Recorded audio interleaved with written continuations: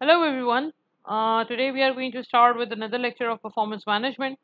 और आज से हम स्टार्ट करेंगे decision making because last lecture में हम लोगों ने वेरिएंसेस कंप्लीट कर लिए थे, सेल्स के सारे वेरिएंसेस कंप्लीट हो गए थे.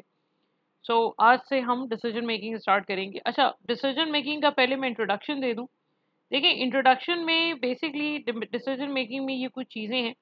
अगर आप लोगों ने लिमिटिंग फैक्टर, अगर आप लोगों ने कहीं पे पेपर FIA से अगर आप आ रहे हैं और अगर आपने पेपर 4 पढ़ा है तो उसमें लिमिटिंग फैक्टर का एक हल्का सा डिस्कशन है. सिंगल लिमिटिंग फैक्टर का तो लिमिटिंग फैक्टर का डिस्कशन है, और अगर आपने ए लेवल्स किया हुआ है तो वहाँ पे भी लिमिटिंग फैक्टर का एनालिसिस है. तो लिमिटिंग फैक्टर में प्रॉफिट मैक्सिमाइजेशन एक पार्ट है और मेक और बाय ये दूसरा पार्ट है. ये आसान पार्ट है, ये यूजुअली MCQs में आता है. अच्छा, सिंगल लिमिटिंग फैक्टर अगर है तो ये होगा. मल्टीपल लिमिटिंग फैक्टर में लीनियर प्रोग्रामिंग उसने दिया हुआ है तो वो हम डिस्कस करेंगे. रिस्क एंड अनसर्टेनिटी ये एक और टॉपिक है डिसीजन मेकिंग में. CVP, प्राइसिंग और रेलिवेंट कॉस्टिंग. तो ये कुछ एक दो तीन चार पाँच छः छः एरियाज हैं. वैसे तो पांच है बिकॉज ये सारा लिमिटिंग फैक्टर में ही आ जाता है, बट हम इसको छः अलग अलग टॉपिक्स में इसको अलग अलग लेके चलेंगे. तो अभी हम स्टार्ट करने जा रहे हैं लिमिटिंग फैक्टर, राइट. अच्छा, लिमिटिंग फैक्टर बेसिकली है क्या? देखिए, लिमिटिंग फैक्टर का जो कॉन्सेप्ट है वो बड़ा सिंपल है. लिमिटिंग फैक्टर का मतलब है कि कोई भी ऐसा फैक्टर जो कि आपको आपकी प्रोडक्शन करने से रोक दे वो लिमिटिंग फैक्टर है. या जैसे अगर मैं कहूँ कि भाई देखें, फॉर एग्जांपल अगर मैं कहूँ कि कंपनी जो है वो प्रोडक्शन करने जा रही है, और प्रोडक्शन करने के लिए उसको मटेरियल भी चाहिए, लेबर भी चाहिए, मशीन आवर्स भी चाहिए, कैपेसिटी भी चाहिए, बहुत सारे फैक्टर्स ऑफ प्रोडक्शन चाहिए. अब सपोज अगर ऐसा हो कि उसको 40,000 लेबर आवर्स चाहिए प्रोडक्शन करने के लिए, और उसके पास 40,000 लेबर आवर्स नहीं है. जैसे उसकी जो रिक्वायर्ड क्वांटिटी है वो 40,000 है, लेकिन उसके पास 40,000 लेबर आवर्स नहीं है, कम कम लेबर आवर्स अवेलेबल है. तो इसका मतलब है लेबर बिहेव करेगा एज अ लिमिटिंग फैक्टर. तो लिमिटिंग फैक्टर का मतलब कोई भी ऐसी चीज जो कि आपके प्रोडक्शन के लिए ना काफी हो, आपके प्रोडक्शन के लिए पूरी ना हो पाए, और जिसकी वजह से आप अपने प्रोडक्ट की मैन्युफैक्चरिंग ना कर पाए, वो चीज लिमिटिंग फैक्टर कहलाती है. Anything that restrict the output of an organisation is called limiting factor. अच्छा, अब लिमिटिंग फैक्टर में हमारे पास दो ऑप्शंस हैं. एक तो सिंगल लिमिटिंग फैक्टर है, एक मल्टीपल लिमिटिंग फैक्टर है. फिलहाल हम सिंगल लिमिटिंग फैक्टर की बात करें, यानी कोई एक मसला होगा, या मटेरियल या लेबर या कैपेसिटी या मशीन आवर्स या कोई एक और चीज. ठीक है. अच्छा, इसके कुछ स्टेप्स हैं, पहले हम उन स्टेप्स पे बात करते हैं, फिर इसके क्वेश्चन की तरफ चलेंगे हम. देखिए, सबसे पहले तो आपने लिमिटिंग फैक्टर आइडेंटिफाई करना है कि मसला है कहाँ पे. ये बड़ी इंपॉर्टेंट चीज है, ये आइडेंटिफाई करना कि एक्चुअली प्रॉब्लम कहाँ पे है. तो सबसे पहले तो आपने लिमिटिंग फैक्टर आइडेंटिफाई करना है. अब कैसे आइडेंटिफाई करेंगे? हम अवेलेबल क्वांटिटी को कंपेयर करेंगे रिक्वायर्ड क्वांटिटी के साथ. इसका क्या मतलब है, देखें. जैसे फॉर एग्जांपल आप एक प्रोडक्ट बना रहे हैं, प्रोडक्ट X, प्रोडक्ट Y और प्रोडक्ट Z, तीन प्रोडक्ट्स बना रहे हैं. ठीक है. और इस वक्त जो डिमांड है X की वो 5,000 है, Y की 10,000 है और Z की 4,000 यूनिट्स है. ठीक है. डायरेक्ट मटेरियल आपको चाहिए 4 किलोग्राम्स यहाँ पे, 2 किलोग्राम्स इसके लिए, 6 किलोग्राम्स इसके लिए. ठीक है. डायरेक्ट. अच्छा, अब अगर मैं ये कहूँ कि देखिए भाई ये सिचुएशन है. अब आपसे किसी ने कहा कि अच्छा चलो मुझे एक बात बताओ कि रिक्वायर्ड मटेरियल कितना है. तो आपने कहा देखिए जी, रिक्वायर्ड मटेरियल जो है वो है प्रोडक्ट एक्स के लिए. अगर मैं रिक्वायर्ड मटेरियल निकालूं, मैं सिर्फ ये तरीका बता रही हूँ कि मुझे कैसे पता चलेगा कि कोई भी फैक्टर लिमिटिंग फैक्टर है. रिक्वायर्ड मटेरियल मैंने कहा कि 5,000 किलोग्राम्स चाहिए, sorry 5,000 units multiply by 4 kilograms. या चलें इसको यूं कर लेते हैं. मटेरियल प्रोडक्ट एक्स के लिए 5,000 यूनिट्स बनाने, और एक यूनिट को बनाने में 4 किलोग्राम्स लगता है. तो 20,000 किलोग्राम्स तो चाहिए मुझे प्रोडक्ट एक्स के लिए. प्रोडक्ट वाई के मुझे बनाने हैं 10,000 यूनिट्स, और एक यूनिट को बनाने में 2 किलोग्राम्स लगते हैं. तो इसका मतलब 20,000 किलोग्राम्स मुझे वाई के लिए भी चाहिए, और जी के लिए मटेरियल चाहिए 4,000 मल्टीप्लाई बाय 6. 4 6 24,000. तो इसका मतलब है कि मुझे 64,000 किलोग्राम्स रॉ मटेरियल चाहिए, required quantity of raw material. अब आपने सपोज सप्लायर से बात की और सप्लायर ने आपको ये कहा कि भाई देखिए अगले साल जितने भी सप्लायर्स हैं सबने आपसे बात की और आपको ये पता चला कि जो मैक्सिमम मटेरियल आपको अवेलेबल होगा अगले पीरियड में जो वो सप्लाई कर सकती हैं वो है 55,000 किलोग्राम्स। इस सॉरी 65,000 किलोग्राम्स। इसका मतलब ये हुआ कि जितना रिक्वायर्ड क्वांटिटी है वो कम है, जो अवेलेबल है वो ज़्यादा है। सॉरी, तो इसका मतलब ये हुआ कि फिलहाल मेरे पास तकरीबन 1000 किलोग्राम्स का सरप्लस है। और सरप्लस होने का मतलब ये है कि मेरे पास मसला नहीं है। तो इसका मतलब यहाँ पे हम ये कहेंगे कि since required quantity of material is more than available quantity, sorry,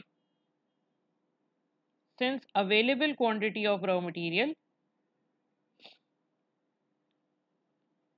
is greater than required quantity, यानी जितना मुझे चाहिए उससे ज़्यादा अवेलेबल है, therefore material is not a limiting factor। यानी मटेरियल के बारे में परेशान होने की ज़रूरत नहीं है, ये जितना चाहिए उससे ज़्यादा अवेलेबल है। ठीक है। अच्छा, इसी सिचुएशन में अगर मैं कहूँ कि जी डायरेक्ट लेबर है, डायरेक्ट लेबर 2 आवर्स यहाँ पे काम करेगा, 4 आवर्स यहाँ पे काम करेगा और लेट्स से 3 आवर्स यहाँ पे काम करेगा। अब अगर मैं कहूँ क्या लेबर चेक करो, तो लेबर भी वैसे ही चेक करेंगे। हम पहले हम रिक्वायर्ड आवर्स निकालेंगे, रिक्वायर्ड आवर्स ऑफ लेबर। ठीक है। अच्छा, एक्स के लिए कितने घंटे चाहिए? 5000 मल्टीप्लाई बाय 2 10,000। वाई के लिए चाहिए 10,000 मल्टीप्लाई बाय 4 40,000 और जी के लिए चाहिए 4000 मल्टीप्लाई बाय 3 12,000। सो ये हो गया 50 60 62,000 आवर्स। ये हैं रिक्वायर्ड आवर्स। अब जब आपने लेबर के एक्चुअल आवर्स कैलकुलेट किए, जो आपको जितना लेबर आपके पास है और जो अवेलेबल होगा, तो आपके पास अवेलेबल लेबर आवर्स आए सपोज ये आ गए 50,000। तो इसका मतलब सर 50,000 आवर्स तो है मेरे पास, लेकिन चाहिए कितना? चाहिए 62,000। तो इसका मतलब 12,000 आवर्स का हम कहेंगे कि ये है शॉर्टफॉल। और शॉर्टफॉल आने का मतलब है कि labour is a limiting factor. अब जो डिसीजन होगा वो लेबर की बेसिस पे होगा। अभी फिलहाल हम एक ही लिमिटिंग फैक्टर लेके चल रहे हैं। ऐसा हो सकता है मटेरियल लेबर दोनों लिमिटिंग फैक्टर हो, लेकिन वो फिर नेक्स्ट टॉपिक का पार्ट है, लीनियर प्रोग्रामिंग का पार्ट है। अब देखें, डिसीजन मुझे यहाँ पे लेबर के लिहाज से लेके चलना है। इसका मतलब अब मेरे पास दो रास्ते हैं। पहला रास्ता तो ये है कि मैं कहीं से लेबर की आवर्स अरेंज कर लूं, ओवर टाइम के थ्रू या लेबर की रिक्रूटमेंट के थ्रू या कहीं से भी कुछ भी करके लेबर आवर्स अरेंज कर लूं और प्रोडक्शन कर लूं। अगर तो ऐसा हो जाता है तो ठीक है। नहीं हो पाता अगर, तो सर पे जब लेबर आवर्स ही नहीं है तो प्रोडक्शन कहाँ से करेंगे? तो फिर प्रोडक्शन के ऊपर आएगा, प्रोडक्शन को फिर आपको कॉम्प्रोमाइज करना पड़ेगा, प्रोडक्शन को कम करना पड़ेगा। अच्छा, अब प्रोडक्शन का मतलब ये है कि अब मेरे पास 3 प्रोडक्ट आ रही हैं, एक्स वाई और जी। ठीक है। अब अगर मैं आपसे कहूं कि यार मैं पूरे यूनिट तो नहीं बन सकते एक्स वाई और जी के, बिकॉज लेबर आवर्स ही मेरे पास इतने कम है, तो फिर मुझे जाहिर सी बात है किसी एक ही प्रोडक्शन को कम करना पड़ेगा, एक या दो, कुछ प्रोडक्शन कॉम्प्रोमाइज होगी। अब कितनी प्रोडक्ट, किस प्रोडक्ट की प्रोडक्शन को हम कम करेंगे, ये फैसला हम कैसे करेंगे? ये फैसला बड़ा आसान सा है। देखिए, हम भी जब कभी सुपरमार्केट में जाते हैं तो अक्सर ऐसा होता है कि जी आपके पास पैसे पूरे नहीं है, तो आप ये सोचते हो कि यार चलो जो नेसेसिटी है जैसे आटा चावल दाल ये सब चीजें ये खरीद लेते हैं, बाकी जो लग्जरी आइटम्स हैं वो फिर हम छोड़ देते हैं क्योंकि उसकी ज़रूरत नहीं है। उसी तरीके से यहाँ पे लेबर आवर्स नहीं है पूरे, तो अगर मुझे इन तीनों प्रोडक्ट्स में से किसी एक प्रोडक्ट को कॉम्प्रोमाइज करना पड़ा, तो हम किस प्रोडक्ट को कॉम्प्रोमाइज करेंगे? हम उस प्रोडक्ट को कॉम्प्रोमाइज करेंगे जो सबसे कम प्रॉफिटेबल है। ठीक है, क्योंकि प्रॉफिटेबिलिटी तो मैक्सिमाइज करनी है ना हमने। अच्छा, तो अब हम किस चीज की तलाश में जाएंगे? अब हम ऐसे प्रोडक्ट की तलाश में जाएंगे जिससे मेरी प्रॉफिटेबिलिटी, जो जो मेरे लिए लीस्ट प्रॉफिटेबल है और जो मेरे लिए मोस्ट प्रॉफिटेबल है। ठीक है। अच्छा, अब आते हैं दूसरे स्टेप पे। अच्छा, फिर आपने क्या करना है, फिर आपने कैलकुलेट करना है। अब ये निकालने के लिए कि कौन सी प्रोडक्ट प्रॉफिटेबल है, हम कैलकुलेट करेंगे कंट्रीब्यूशन पर यूनिट और कंट्रीब्यूशन पर लिमिटिंग फैक्टर। इसका क्या मतलब है, देखें, पहली बात तो एक चीज ध्यान में रखें, या चले मैं आपसे एक सवाल पूछता हूँ, फिर आप लोग खुद ही जवाब देंगे। देखें, अगर फॉर एग्जाम्पल मैंने कहा कि देखिए जी, संडे को मेरे पास 6 आवर्स हैं काम करने के, I am willing to work on Sundays, I want to earn some money. तो मैंने कहा यार संडे को हम 6 घंटे काम कर सकते हैं। तो मैंने सर्च आउट किया कि हाँ भाई कहाँ कहाँ पे काम हो सकता है। तो मुझे दो ऑफर्स आई। एक ऑफर तो एक बंदे ने तो मुझे ये कहा कि देखिए आप मेरे पास काम करें, तो उस बंदे ने मुझे ये कहा कि वो मुझे तकरीबन, ये चलें रुपीज़ में रख लेते हैं, उसने मुझे ये कहा कि वो मुझे 1200 रुपीज़ देगा पर आवर। ठीक है, 6 घंटे काम करेंगे तो 6 × 12 मिलेगा, पहला ऑप्शन। दूसरा ऑप्शन, मुझे एक और बंदे ने कहा कि यार वो मुझे 2000 रुपये देगा फॉर एवरी 2 आवर्स। ठीक है, 2000 रुपये देगा, लेकिन हर 2 घंटे पे 2000 रुपये देगा। अब सवाल ये पैदा होता है मैं किसके लिए काम करूं, मैं जॉब ए पे काम करूं या जॉब बी पे काम करूं? सोचें जरा। ए, टेक्निकली तो हमें समझ में आ रहा है ना कि ये 2000 रुपये दे रहा है, लेकिन 2 घंटे के लिए दे रहा है। तो अगर 1 घंटे का अगर आप निकालें तो 1 घंटे में तो ये 1000 रुपये दे रहा है। तो मेरे लिए तो ए से बी से ज्यादा बेहतर ए है, क्योंकि ए मुझे 1200 दे रहा है। 2000 मतलब ए को अगर मैं सिर्फ इन दोनों को देखूं तो ए मुझे कम पैसे दे रहा है, लेकिन वो 1200 1 घंटे, 1200 1 घंटे के लिए दे रहा है। तो दूसरा प्रोडक्ट है वो मुझे, दूसरा बंदा है वो 2000 मुझे 2 घंटे के लिए दे रहा है। तो इसका मतलब है कि मुझे जब तक मैं इसको पर आवर ना निकाल लूं, मुझे नहीं समझ में आएगा कि कौन सा प्रोडक्ट प्रॉफिटेबल है, कौन सा ऑप्शन मेरे लिए ज्यादा प्रॉफिटेबल है। हम इस फिगर को देख के डिसाइड नहीं कर सकते कि किस पे के लिए काम करना चाहिए जब तक मैं पर आवर ना निकाल लूं। तो उसी तरीके से प्रोडक्ट भी है, जैसे प्रोडक्ट ए है, प्रोडक्ट बी है, दो प्रोडक्ट्स हैं, या चलें एक्स और वाई कर लें।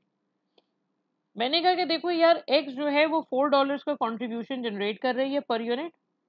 अच्छा, बाय द वे हम सिर्फ कंट्रीब्यूशन लेंगे, जीपी ग्रॉस प्रॉफिट नहीं ले सकते, बिकॉज कंट्रीब्यूशन डिसीजन मेकिंग के लिए हमेशा रेलेवेंट होता है। तो डिसीजन मेकिंग का जो पूरा कॉन्सेप्ट है उसमें हम हमेशा सिर्फ ग्रॉस कंट्रीब्यूशन यूज करेंगे, जीपी इज ऑलवेज इररिलेवेंट। अच्छा, वाई का कंट्रीब्यूशन है तकरीबन $6 पर यूनिट। तो एक यूनिट एक्स अगर बेचेंगे तो $4 मिलेगा, वाई बेचेंगे तो $6 मिलेगा। ठीक है, अच्छा, लेकिन फिर आपको किसी ने कहा कि देखिए भाई लेबर का मसला है ना, और लेबर एक्स को बनाने में आधा घंटा ले रहा है और वाई को बनाने में ये 1 घंटा ले रहा है। तो अगर मैं सिर्फ कंट्रीब्यूशन पर यूनिट को देखूं तो मुझे लगेगा वाई बेहतर है, लेकिन लेबर आवर्स मेरे पास तो है नहीं। तो अगर मैं लेबर के लिहाज से देखूं तो लेबर ने अगर 1 घंटा वाई पे काम किया, 1 घंटा अगर लेबर ने वाई पे काम किया तो वो $6 अर्न करेगा, क्योंकि 1 घंटे में 1 यूनिट बनेगी। और अगर वही 1 घंटा वो प्रोडक्ट एक्स पे लगा दे तो 1 घंटे में 2 यूनिट बनेगी, और 2 यूनिट से उसको टोटल कंट्रीब्यूशन कितना मिलेगा, $8 का। तो अब जाहिर सी बात है ये फिगर्स तो आसान है ना, तो हम वर्बली कर लेते हैं, लेकिन इसका कोई तो तरीका कार होगा ना। तो इसका मेथड ये है कि हम निकालते हैं कंट्रीब्यूशन पर लिमिटिंग फैक्टर। जैसे यहाँ पे लेबर आवर्स है, तो एक्स का कंट्रीब्यूशन पर लिमिटिंग फैक्टर क्या होगा, $4 डिवाइडेड बाय 0.5, $8 पर आवर, और 6 का हो जाएगा $6 divided by 1 is $6 per hour. तो मुझे लगता है कि यार ये प्रोडक्ट ज़्यादा प्रॉफिटेबल है as compared with Y, X is more profitable as compared with Y. तो पहले किसको बनाएंगे आप, पहले बनाएंगे आप एक्स को, फिर अगर क्योंकि ज़्यादा प्रॉफिटेबल है फिर बच गया तो फिर हम वाई बना लेंगे, सिंपल। तो उसी तरीके से यहाँ पे भी, अब देखिए यहाँ पे भी हमने यही किया है। यहाँ पे हमने क्या किया, हमने कहा कि देखिए पहले तो कंट्रीब्यूशन पर यूनिट निकालेंगे, बिकॉज अक्सर क्वेश्चंस में कंट्रीब्यूशन पर यूनिट नहीं दिया हुआ होता। और कंट्रीब्यूशन पर यूनिट निकालने के बाद फिर हम कंट्रीब्यूशन पर लिमिटिंग फैक्टर निकालेंगे। इसकी बेसिस पे हम डिसाइड करेंगे, इस वाले फैक्टर की बेसिस पे डिसाइड करेंगे कि कौन सा प्रोडक्ट प्रॉफिटेबल है, कौन सा प्रोडक्ट कम प्रॉफिटेबल है। और उसके बाद जो भी हमने कंट्रीब्यूशन पर लिमिटिंग फैक्टर निकाला है उसके बाद उसकी बेसिस पे फिर हम रैंकिंग करेंगे कि कौन सा प्रोडक्ट ज़्यादा प्रॉफिटेबल है, कौन सा प्रोडक्ट कम प्रॉफिटेबल है। प्रॉफिटेबल का मतलब कंट्रीब्यूशन पर लिमिटिंग फैक्टर है, प्रॉफिटेबल का मतलब प्रॉफिट पर लिमिटिंग फैक्टर नहीं है, ये बात जहन में रखिएगा। फिर हम रैंकिंग करेंगे जैसे हमने यहाँ पे किया था कि यार एक्स ज़्यादा प्रॉफिटेबल है एज कम्पेयर विद वाई, और उसके बाद फिर हम प्रोडक्शन प्लान बना के और फिर कंट्रीब्यूशन निकाल लेंगे। तो this is basically how we do this question. अच्छा, अब ये एक छोटा सा क्वेश्चन है, इसके ऊपर हम बात कर लेते हैं और ताकि इसमें सारी चीज़ें ये करके कर लेते हैं ताकि एक एक एरिया हमारा कवर हो जाए। फिर नेक्स्ट एग्जाम्पल में नेक्स्ट उसमें नेक्स्ट वीडियो में फिर हम इसका दूसरा पार्ट कर लेंगे। सो लेट्स सी इसमें क्या करना है। देखें, इसकी जो रिक्वायरमेंट आती है, sorry I forgot to write the requirement is to prepare production plan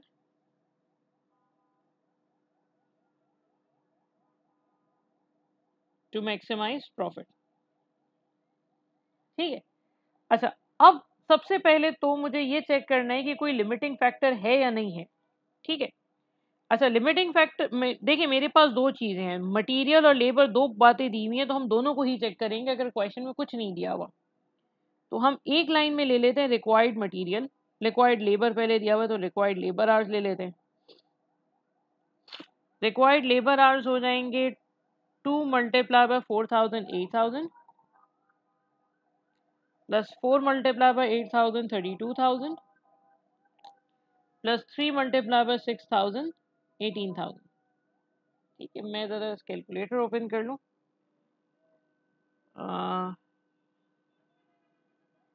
तो ये जाएगा 8 plus 32 plus 18, this is equal to 58,000। ये रिक्वायर्ड आवर्स हैं। ठीक है। अच्छा, अवेलेबल आवर्स कितने हैं? Available labour hours are 65,000। अब सोचें लेबर आवर्स कम है ज़्यादा है? लेबर आवर्स कम है ज़्यादा है? जो अवेलेबल लेबर आवर्स है वो बहुत ज़्यादा है। तो इसका मतलब है कि 7,000 का डिफरेंस आ रहा है और इसको हम क्या कहेंगे? इसको हम कहेंगे सरप्लस। तो यहाँ पे हम ये क्वालिफाई करेंगे कि labour is in surplus, therefore it is not a limiting factor।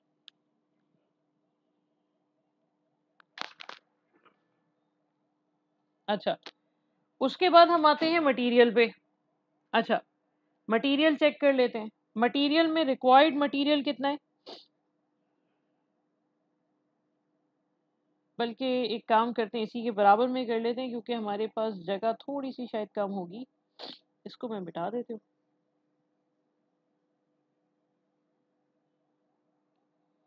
अच्छा, मटेरियल को यहाँ पे चेक कर लेते हैं। रिक्वायर्ड मटेरियल कितना है? रिक्वायर्ड मटेरियल है 2000 एक्स के लिए, ए के लिए, 32,000 बी के लिए और 18,000 सी के लिए। सो 2 प्लस 32 प्लस 18, 52,000 चाहिए। और अवेलेबल मटेरियल कितना है? अवेलेबल मटेरियल है 44,000। इसका मतलब है कि -44 करें अगर हम तो 8,000 का डेफिसिट आ रहा है, या आप इसको कह लें शॉर्टफॉल। तो इसका मतलब material is a limiting factor. अब जो डिसीजन होगा वो मटेरियल की बेसिस के ऊपर होगा। ठीक है। अच्छा, चलिए हम आगे चलते हैं। अच्छा, अब हमने क्या करना है? अब हमने सबसे पहले निकालना है कंट्रीब्यूशन पर यूनिट। देखिए हमने पहला पार्ट कर लिया, आइडेंटिफाई लिमिटिंग फैक्टर। अब हमें कैलकुलेट करना है contribution per unit and contribution पर लिमिटिंग फैक्टर। ठीक है। तो चलिए कंट्रीब्यूशन पर यूनिट पे आते हैं। देखिए, मेरे पास प्रोडक्ट ए है, मेरे पास प्रोडक्ट बी है और मेरे पास प्रोडक्ट सी है। ठीक है। डायरेक्टली कंट्रीब्यूशन पर यूनिट निकाल लेते हैं। कंट्रीब्यूशन पर यूनिट ए का हो जाएगा 12, sorry 20 minus 12 is 8. 80 minus 70 is 10. And 40 minus 35 is $5. ठीक है, उसके बाद चूंकि मटेरियल लिमिटिंग फैक्टर है तो हम यहाँ पे कैलकुलेट करेंगे कंट्रीब्यूशन पर किलोग्राम। ठीक है, कंट्रीब्यूशन पर किलोग्राम कैसे निकालेंगे आप? उसके लिए हमें कंट्रीब्यूशन को डिवाइड करना पड़ेगा किलोग्राम्स के साथ। सो $8 per unit divided by 0.5 kilograms, तो ये बनेगा $16 पर kilogram. And that makes sense, क्योंकि अगर एक यूनिट को बनाने में आधा केजी लग रहा है तो एक केजी में कितने यूनिट्स बनाएंगे? 2। और एक यूनिट से कितना कंट्रीब्यूशन मिल रहा है? 8। 2 यूनिट से कितना मिलेगा? 16। ठीक है, उसी तरीके से सेकंड प्रोडक्ट है, सेकंड प्रोडक्ट में $10 पर यूनिट है, डिवाइड करेंगे हम इसको 4 से। 10 डिवाइडेड बाय 4 इज 2.5। और सी में है $5 पर यूनिट, डिवाइड करेंगे उसको 3 से। So let me check, 5 divided by 3 is 1.667। तो अगर मुझे ये चेक करना है कि भाई सबसे ज़्यादा प्रॉफिटेबल प्रोडक्ट कौन सा है, तो वो है ए, फिर बी और फिर सी। तो जब हम रैंकिंग करेंगे सर, तो रैंकिंग करेंगे हम, मोस्ट प्रॉफिटेबल प्रोडक्ट है ए, ये सबसे पहले बनाएंगे, फिर बी ये उसके बाद बनाएंगे, और फिर सी ये सबसे आखिर में बनाएंगे आप। ठीक है, अच्छा, अब प्रोडक्शन प्लान कैसे बनाना है? प्रोडक्शन प्लान बनाने के लिए, हम इसी रैंकिंग में हम काम करेंगे। देखिए, सबसे पहले तो हमें बनाना है ए। ए के कितने यूनिट्स हैं? 4000 यूनिट्स हैं, और एक यूनिट को बनाने में हाफ के जी लगता है, तो इसका मतलब 2000 केजीज यहाँ पे यूज हो जाएगा। मेरे पास मटेरियल अवेलेबल कितना है? 44,000। तो 44,000 में से अगर ए में 2000 चला गया तो बचा 42,000।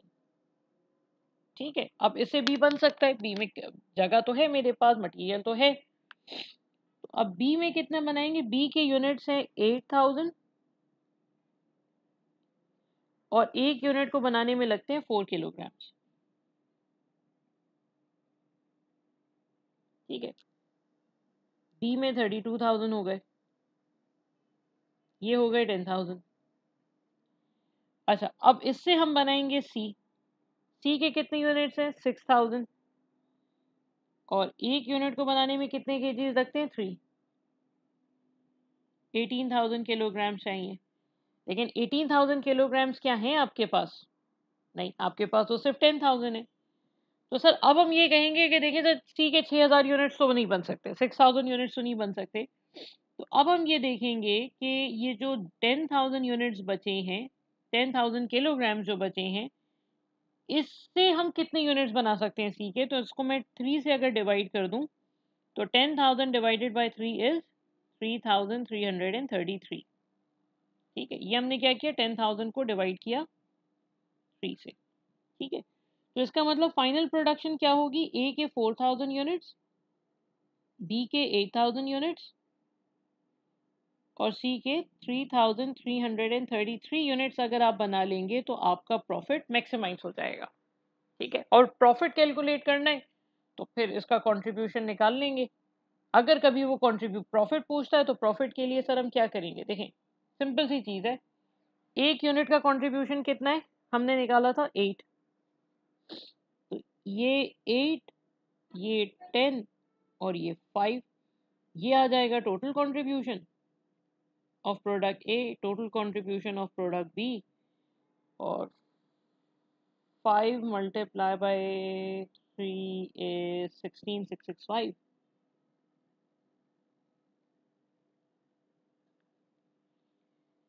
16,665 प्लस 80,000 प्लस 32,000, ये हो जाएगा 128,665।